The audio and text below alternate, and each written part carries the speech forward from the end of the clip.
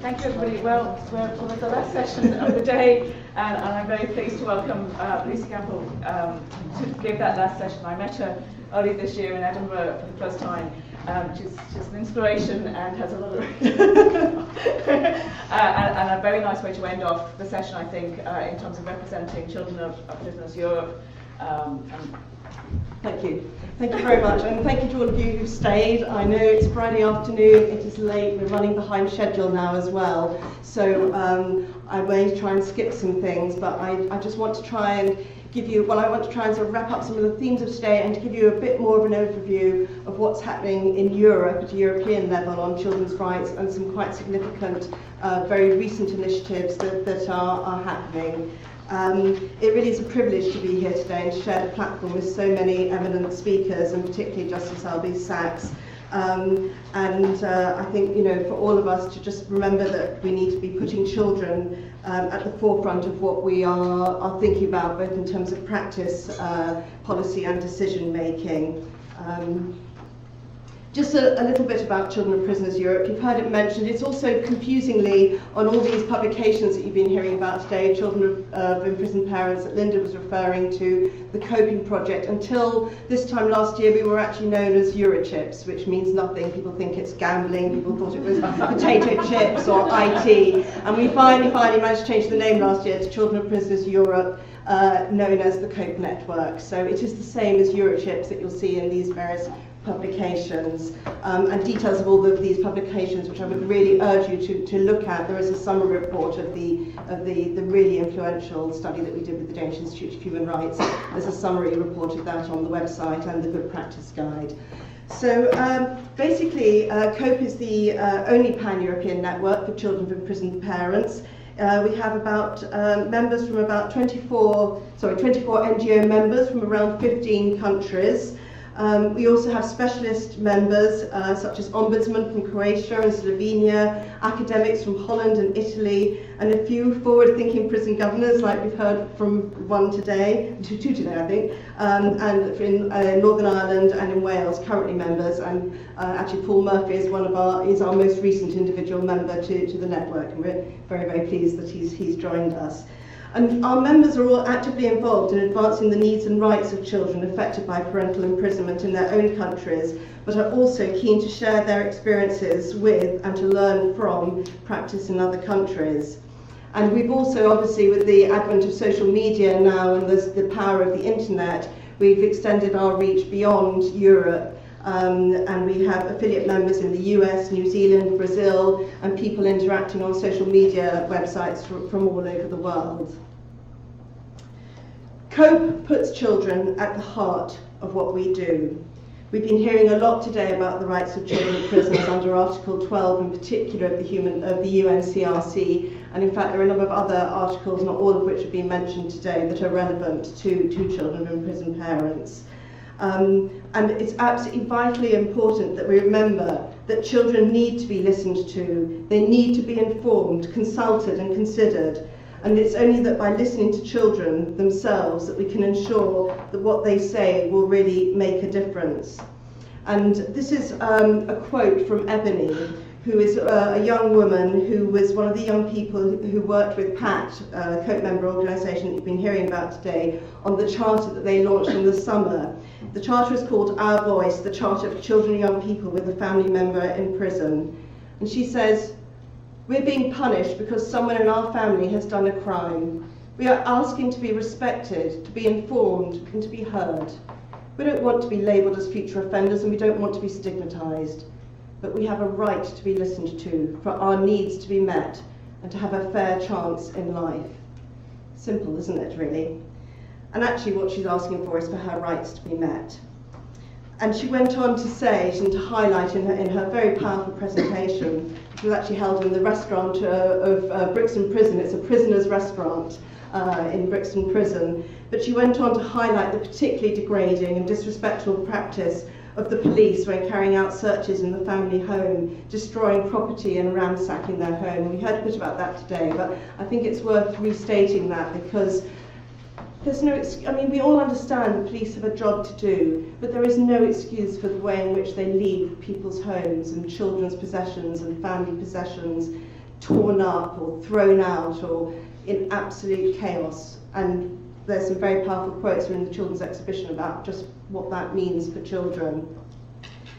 I'm not going to go through everything we do because there just isn't the time for it, but we have a database of research and good practice, and we really try to promote that. I think one of the messages that's come from today is that we need to inspire. We are all inspired. We're all here because we want to make a difference, and we can all be inspired by others, and we can all learn from others. And what the network is absolutely brilliant for is just picking up on ideas, and it might be one of those small steps that Sandy and Ben were talking about. It might be a very small thing of change, or it might be a really big idea like the Engelberg halfway house. And you can pick and choose, but you can use that, and you can use the knowledge that these things are happening somewhere else. You know, there is no reason at all why Cork Prison can't change its visiting arrangements, because so many other prisons have done it, and it doesn't matter whether it's a high security prison or a low security prison. Belmarsh, one of the highest, well, the highest security prison really in London, in England, was one of the first to really embrace children's visits and the Fathers Inside programme. And you could say to anybody, well, if they can do it in Belmarsh, you can do it here. And it is all about these mindsets and the change that we want to bring about. And I did want to briefly mention Italy, actually, because the Italian model, some of the prisons there, again, it's not all the prisons, but they do have some incredible initiatives. And there's a modern prison, which we've been privileged to visit on a number of occasions. It's called Bollate Prison. It's huge. It's got over 2,000 prisoners outside Milan. But their visits, every father in that prison, every prisoner who is a father, is able to have his visits with his children on a regular basis, subject to him not misbehaving, but it starts from that point that he is entitled to it, in a whole unit, which is it's like a college. I mean, it's like I don't quite know how. It's a long space, and it's got about 8 different rooms in it, and they have freedom to move around between it. They have a whole day visit, they have lunch there, and each room is sort of set up for a different environment. So you've got one room that they can do wet play in, one room that's set up for teenagers with kind of activities that the dads can do with their teenagers, another room that's got pets in it, another room that's got plants and they can do growing. And it's all about trying to normalise that experience and trying to enable them to maintain their parenting role in an environment which is a very abnormal environment. And they can only have their children's visits in there, they can't have their partner visits in there. So it's all focused on the child and the child-parent relationship, and it is quite extraordinary. And another project that Bambini Senza Spare, who are one of our most kind of proactive NGO member organisations within COPE, they run something called the Spazio Giallo in 3 prisons in Lombardy and Milan. And it's got 2 sides to it. I can't go into detail, but one part of it is a space just before the prison where the children and the carers are there, there's psychologists, there's artwork, they can talk and they can offload. But they have this really lovely little idea, which is just so simple, and it's called Trovo Papà. If anybody speaks Italian, it means I'm going to find my dad.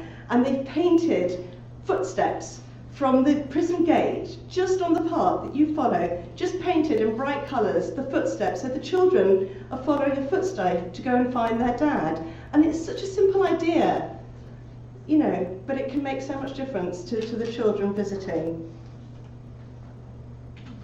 Oh, sorry, I'm carried away. We've talked a lot about the rights. I won't go into them in much more detail. I do just want to say, though, that, you know, we have heard about the Scandinavian countries today. They really are quite unusual in that, you know, right across the board, Sweden, Norway, Denmark have enshrined the principles of the right to family life and children's rights into their prison system and into their national policies in a way that most European countries just are not doing. We're paying lip service really on the whole. And okay, it's a different culture, but we can all change, and it is beginning to change. The Children from Prison Parents report that we've been hearing about really, I think, was a major sort of step forward in this. It was launched at the European Parliament in 2011, and then it was presented at the UN Children's Rights Committee Discussion Day on Children from Prison Parents that again Ben was talking about, and it's been very widely disseminated. And the main finding, the main recommendation from the report was that called on all member states of the EU and the Council of Europe to incorporate the UNCRC into European standards, national laws and practice with regard to children of imprisoned parents, so as to ensure that children of imprisoned parents are able to maintain contact with their parents, are committed and receive timely information, consulted and receive timely information about what has happened to their parent, are free from discrimination on the grounds of the acts of their parent, and have their views taken into account wherever appropriate. And the coping findings came up with similar. And I'm amazed that nobody else has stolen my thunder and mentioned this today. But just last week, this is a really massive step forward. Last week marked the 25th anniversary of the signing of the UNCRC, and the European Parliament put forward and passed a resolution that says that the European Parliament considers that children's rights are at the heart of EU policies, and that the 25th anniversary of the UN Convention on the Rights of the Child is an opportunity to ensure its full implementation in policy and practice, to take additional measures to ensure respect for the rights of every child everywhere, especially the most vulnerable. Now, Eurochip's COPE and a number of other NGOs were very involved in lobbying for this motion through UNICEF and the Child Rights Action Group, and they produced a Child Rights Manifesto, and part of that means that what I'll do is I'll give Fiona the link to the resolution, because it's got about 40 clauses in it, but clause 12 states that the Commission and Member States need to take necessary action to ensure that all children can effectively access justice systems that are tailored to their specific needs, whether as suspects, perpetrators, victims, or parties to the proceedings. And most importantly, Article 13 calls on them to assess the impact of detention policies and criminal justice systems on children, points out that across the EU, children's rights are directly affected in the case of children living in detention facilities with their parents, underlines the fact that an estimated 800,000 children in the EU are separated from an imprisoned parent each year, which impacts on the rights of the child in multiple ways. So we've actually got children with a parent in prison mentioned in this resolution. And other articles call on the support for children deprived of parental care that are placed in institutional foster care. And it also welcomes the Children's Rights Manifesto and calls for a committee to be set up for the implementation of it. So this could be a really, really significant step forward. And it really, it follows on from really some very pioneering work that various children's ombudsmen have done. Again, particularly Norway, where the children's ombudsperson established in 2008 expert groups of children, including an expert group of children of prisoners, to listen to, to find out what they were saying. And every prison in Norway has a children's commissioner in every single prison, and they have children's committees in Norway and Denmark, and they are listening to children and they are acting on what children are telling them, and they're changing the way they organise visits. In Croatia as well, we have a very, very active children's ombudsman, and she's been absolutely instrumental in getting the issues sort of onto the public agenda and into the media. And in Northern Ireland, your children's ombudsman, down here in Southern Ireland, the children's ombudsman, I think, launched the IPRT report that we heard about earlier. And we need to remember that we can use these people, we can use the ombudsman, they're powerful allies, and we need to remember that. Other recent examples, the National Assembly of Wales has launched a whole children's rights scheme that sets out arrangements for having due regard to the UNCRC in any aspect of Welsh ministers' sort of roles and functions. And in Italy, earlier this year, again building on the work of the children of imprisoned parents, and this is a charter, this really is taking the charter idea right through to a governmental level. The Italian Ministry of Justice, the National Ombudsman's Office for Child and Adolescents, and the Prison Service and Bambini Senza Spare signed a joint memorandum of understanding, and I haven't got time to go into it all, but it covers every single aspect of the rights of the child and the treatment of children, of prisoners, right through the criminal justice process. And again, details of it are on the Children Prisoners Europe website and in the Good Practice Guide. But I really haven't got time. But again, one of the very significant things that it absolutely calls on is for data collection, because again I can't emphasise enough that this is a universal problem, that no country barely is actually recording the number of children. So whilst we all say yes, we need to do more, we must meet their needs, we need to listen to them, we don't know who they are. So until we know who they are, it's very, very difficult to really truly meet their needs. Sorry, I'm rattling through and I got over a bug last week, so I'm aware of the time. So really, I think I just want to conclude by saying that we need to be very mindful of labelling children of prisoners. When we changed the name from Eurochips to children of prisoners, we did have quite a big discussion, because by calling them children of prisoners, in effect we are labelling them. But if you call them children affected by parental imprisonment or something, it's long, and unfortunately we have to come up with acronyms and things. So we went for Children of Prisoners Europe, but actually they're not children of prisoners. We're talking about children who at some time in their childhood have a parent in prison, but they are the next generation of citizens, and they are the future of every country. And it's our duty to ensure that they reach their potential in life, that they are children of promise and not children who are destined for a negative end. And that, I truly believe that we can all make a difference. We are all making a difference. You're all making a difference in your own small way. But by coming together, we can make a bigger difference. So I would urge you all to get involved locally, get involved nationally, get involved with us at a European level.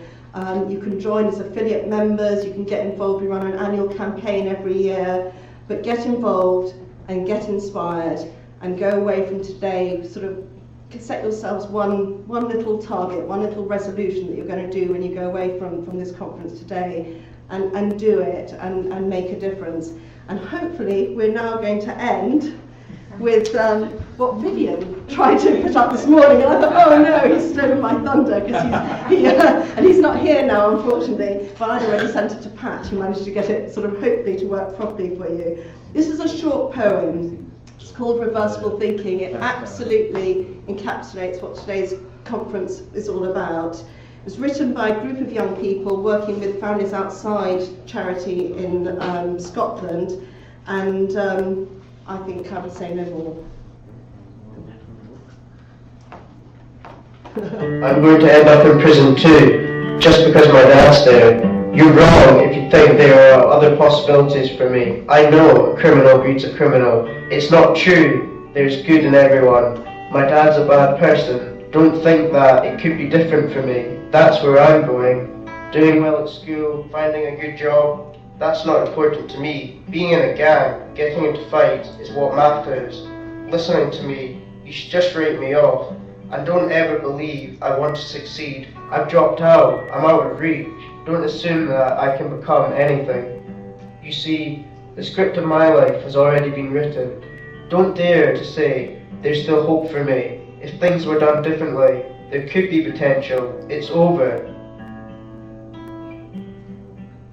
Unless you reverse your thinking, totally turn around how you see me, and don't believe it's over. There could be potential if things were done differently. There's still hope for me. Don't dare to say the script of my life has already been written. You see, I can become anything. Don't assume that I've dropped out. I'm out of reach. I want to succeed. And don't ever believe you should just write me off. Listening to me is what matters. Getting into fights, being in a gang, that's not important to me. Finding a good job, doing well at school, that's where I'm going. It could be different for me. Don't think that my dad's a bad person. There's good in everyone. It's not true a criminal breeds a criminal. I know there are other possibilities for me. You're wrong if you think just because my dad's there, I'm going to end up in prison too.